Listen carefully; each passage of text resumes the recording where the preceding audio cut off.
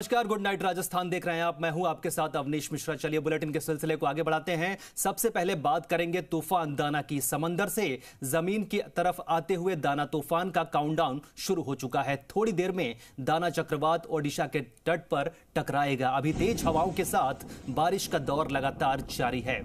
तूफान को लेकर एक तरफ तबाही का अलर्ट है तो दूसरी तरफ तैयारी भी पूरी है। आप ताजा तस्वीरें देख रहे हैं। दाना तूफान लगातार दस्तक देने को तैयार है और दाना तूफान का काउंटडाउन शुरू हो चुका है। थोड़ी ही देर में ऐसी खबर मिल रही है कि थोड़ी ही देर में दाना चक्रवात ओडिशा के तट पर टकराएगा। अभी तेज हवाओं के साथ बारिश का दौर लगातार जारी है। आप देख सकते हैं कि तेज हवाएं चल रही हैं और बारिश हो रही है वहां पर। और दाना तूफान जो है उसका काउंटडाउन शुरू हो चुका है और थोड़ी ही देर में दाना चक्रवात ओडिशा के तट पर टकराएगा।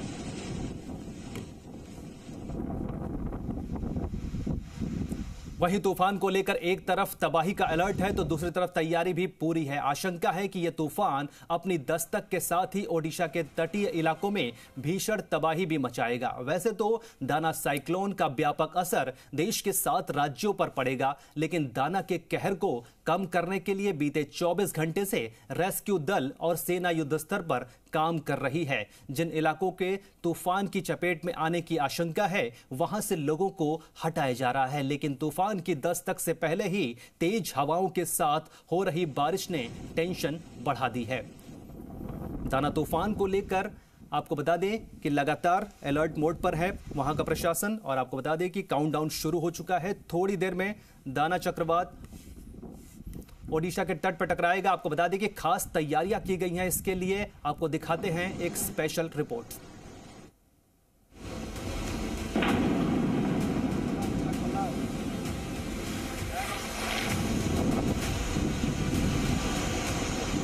ये दाना तूफान की आहट है। ये कुदरत के गुस्से का ट्रेलर है। ये इंसान पर आई आफत की तस्वीर है। चंद घंटों बाद बंगाल की खाड़ी से उठा साइक्लोन दस्तक देने वाला है।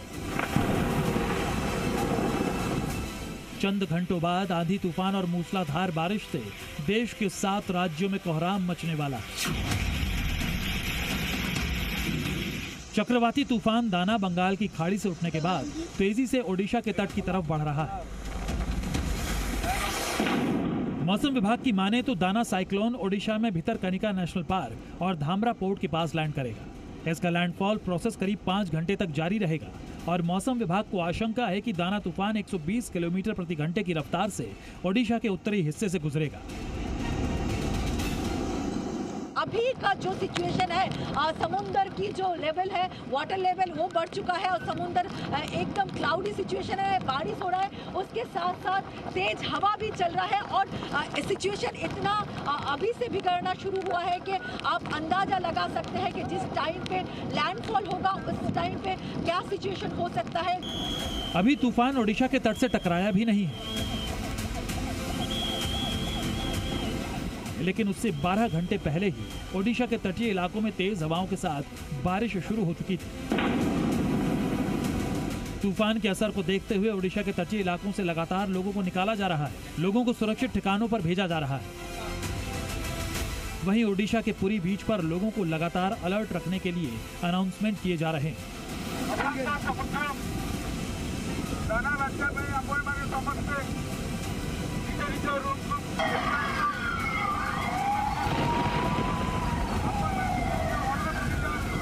मौसम विभाग पहले ही इस बात की आशंका जता चुका है कि ओडिशा, पश्चिम बंगाल समेत देश के 7 राज्यों में दाना का असर पड़ सकता है, लेकिन तूफान का सबसे ज्यादा असर ओडिशा में पड़ेगा।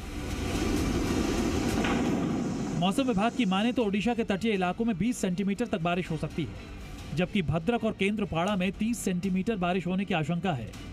ओडिशा के 14 जिलों से 10 लाख लोगों को शिफ्ट किया गया है। तूफान प्रभावित जिलों के स्कूल कॉलेज 25 अक्टूबर तक बंद रहेंगे। फिलहाल ओडिशा में एनडीआरएफ, ओडीआरएफ और फायर ब्रिगेड की 288 टीमें तैनात हैं। उड़ीसा में है हमारी 20 टीमें तैनात हैं और वेस्ट बंगाल में हमारी 17 टीमें तैनात हैं। इसके अलावा लैंडफॉल का जो इफेक्ट होता है दूसरे स्टेट्स में, इंटीरियर एरियाज में, उसको देखते हुए झारखंड और छत्तीसगढ़ और आंध्र प्रदेश के डिस्ट्रिक्ट्स में भी हमारी टीमों की तैनाती की जा रही है। लास्ट 24 आवर्स में लाइट टू मॉडरेट रेनफॉल हुआ है कोस्टल एरियाज में उड़ीसा और वेस्ट बंगाल का, जैसे हमारा पूर्वानुमान था।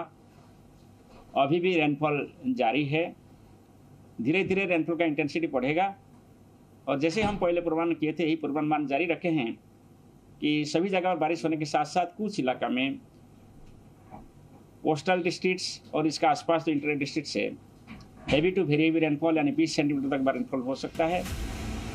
आपको बता दें कि बीते 21 अक्टूबर को दाना तूफान अंडमान सागर से उठा था और बंगाल की खाड़ी को पार करने के बाद बड़ी ही तेजी के साथ ओडिशा के तट की तरफ बढ़ रहा है। लिहाजा ओडिशा के मुख्यमंत्री मोहन चरण मांझी लगातार तूफान से निपटने की तैयारियों में लगे।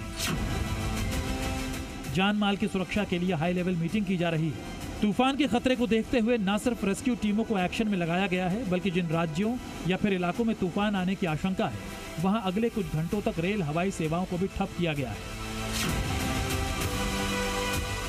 खतरे की आशंका इस कदर है कि पिछले तूफानों से सबक लेते हुए ट्रेनों को जंजीरों से बांध कर रखा गया है, जिससे तूफान की जद में आकर ट्रेन की बोगियां अपनी जगह से ना हिलें और ना ही कोई बड़ा हादसा हो।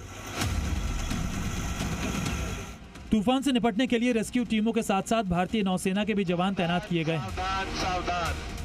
ओडिशा के तटीय इलाकों में सारी तैयारियां युद्ध स्तर पर जारी हैं। ओडिशा सरकार ने भी दाना तूफान से निपटने के लिए पूरी ताकत झोंक दी है। All departments, concerned departments of the government are in position, and all officers and workers of the various departments of the government are in place and ready to tackle any eventuality. वहीं ओडिशा पश्चिम बंगाल के अलावा जिन राज्यों में दाना चक्रवात के आंशिक असर का अनुमान है, उन राज्यों में भी रेस्क्यू टीमों को भेजा गया है, क्योंकि 5 राज्यों में मौसम विभाग ने भारी बारिश की चेतावनी दी है। ओडिशा से पियाली मित्रा के साथ ब्यूरो रिपोर्ट, जी मीडिया।